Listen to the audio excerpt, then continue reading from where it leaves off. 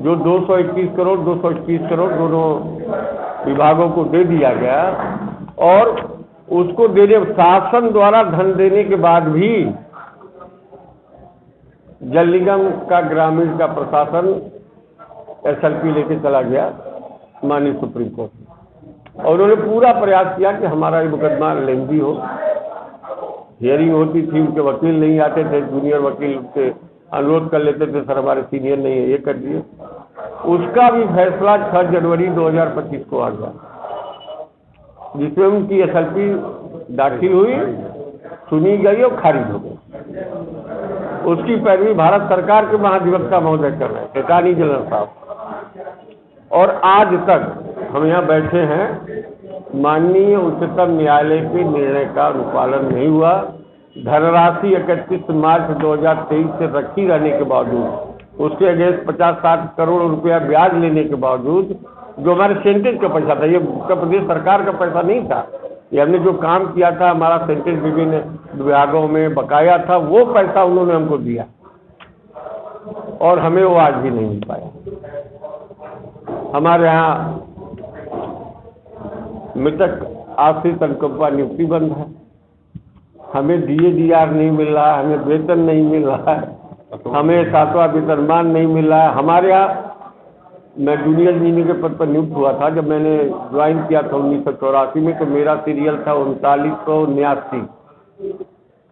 आज हमारे दोनों विभागों में, जल निगम नगरी और जल निगम ग्रामीण में, कुल 500 जूनियर इंजीनियर है। कैसे काम हो रहा है भगवान जाने।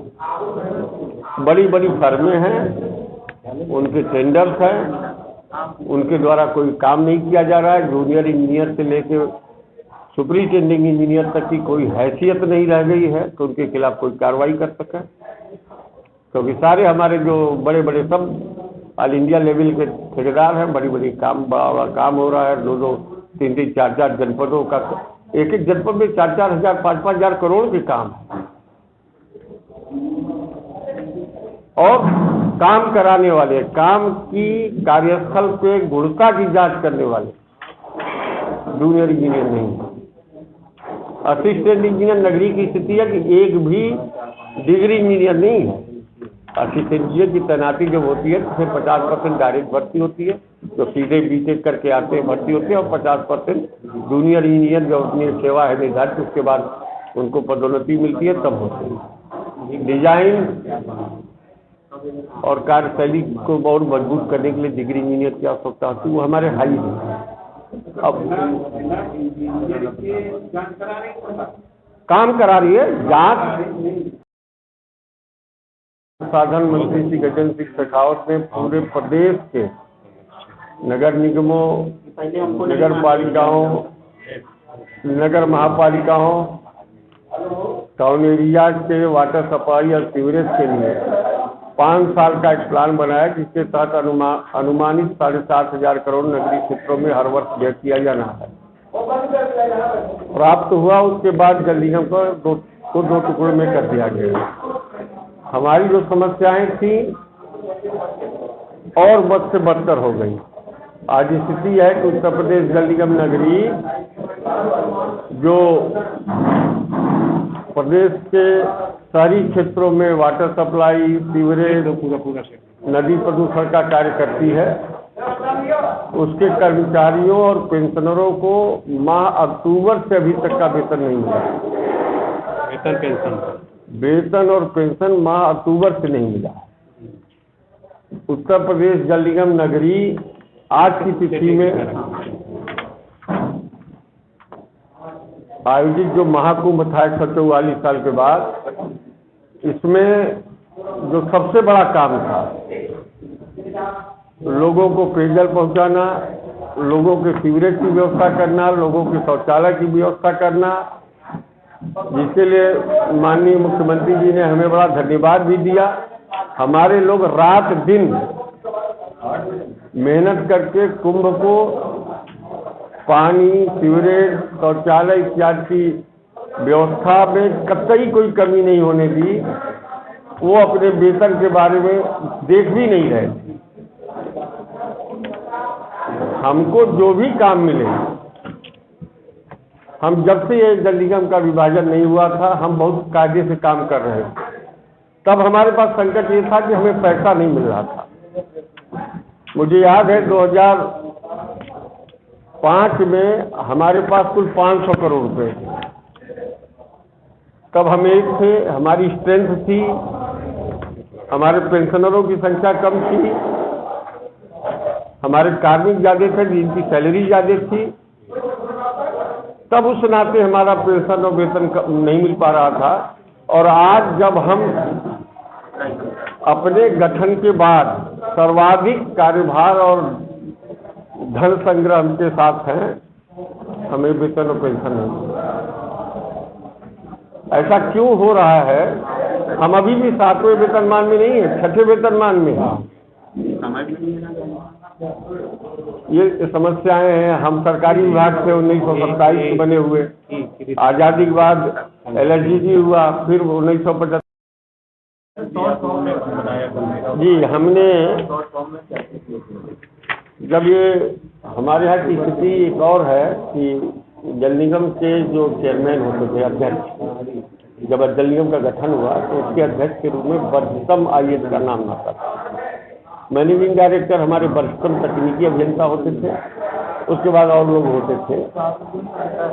उनसे बातें होती थी। शासन में अध्यक्ष पद का चयन इसीलिए किया गया था कि जल निगम के लोगों की समस्या, उनका दफ्तर है हमारे यहाँ, उनका बाकायदे आवास और दफ्तर दोनों, कि हमारी जो समस्या शासन में जाएगी, इंजीनियर अपना काम करेगा, अध्यक्ष महोदय प्रस्तुत करेंगे। आज की डेट में हमारा प्रबंध निदेशक पद पे भी जो जल निगम एक्ट में प्रावधानित था कि इसमें वरिष्ठतम तकनीकी अभियंता होगा, उसकी जगह IAS अफसर होगा।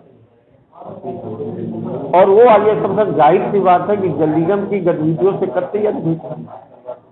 अभी 6 महीने के लिए यहाँ है, 6 महीने बाद कहीं और चले जाएंगे। जब तक वो जल निगम के बारे में समझेंगे तब तक उनका हस्तांतरण हो जाएगा। हम लोग डिमांड की थी कि ठीक है, आपकी अपनी नीति है, शासन की नीति में, तो जिसको रख दीजिए उसको 3 साल के लिए रखो। वो नीतियाँ बनाता है अपने हिसाब से काम कराने का। तो मेरा ये मानना है कि कोई भी काम होगा तो वो आप अपना मकान बनाते हैं तो उसकी बता देते हैं आर्किटेक्ट को कि भाई ऐसे बनाना है, वो आप बनाता है, आपको देखता है तो ठीक है। अब दूसरा कोई आ गया, कहीं चला गया, आपके भाई साहब आ गए, कहते दिन ये डिजाइन बदल करेंगे, क्या कुछ मुख्य मांगे होगी, कैसे करना? हमारी मुख्य मांग है, मेरा समस्या पता थी। हमारी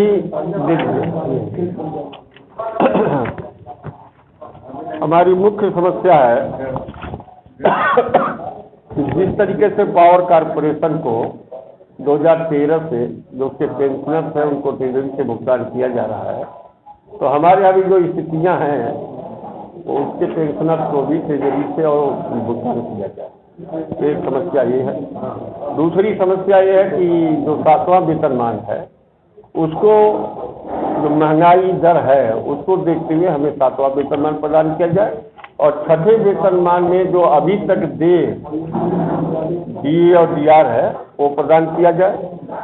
जल निगम का जब विघटन हुआ था 2021 में, तो ये मांग के किया गया था प्रशासनिक अधिकारियों द्वारा कि इससे जल निगम की स्थिति ठीक होगी। आज 4 साल हो गया है, जल निगम की स्थिति ठीक होने के बजाय और बिगड़ गई है। तो ये हमारी मांग है कि जल निगम को सरकारी डिपार्टमेंट बनाया जाए और पूर्व विभाग उसके प्रबंध निदेशक को वरिष्ठतम तकनीकी अभियंता के रूप में बनाया जाए। हमारा जो वेतन पेंशन है वो नियमित किया जाए। हमारा जो भर्तियाँ अवशेष है वो करी जाए, और उसके बाद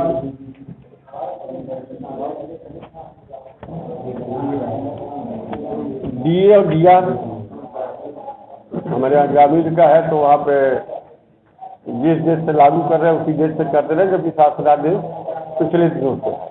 और एक सबसे बड़ी समस्या हमारे यहाँ है, हमारे यहाँ आज की डेट में 2500 और कुल मिला के 12000 नियमित कर्मचारी थे, जिनसे हम कार्यों में सहयोग लेते हैं। हमारा जूनियर इंजीनियर और सहायक अभियंता महोदय फील्ड में उसे सुपरविजन कराते हैं। आपको जान के ताज्जुब होगा कि वर्ष और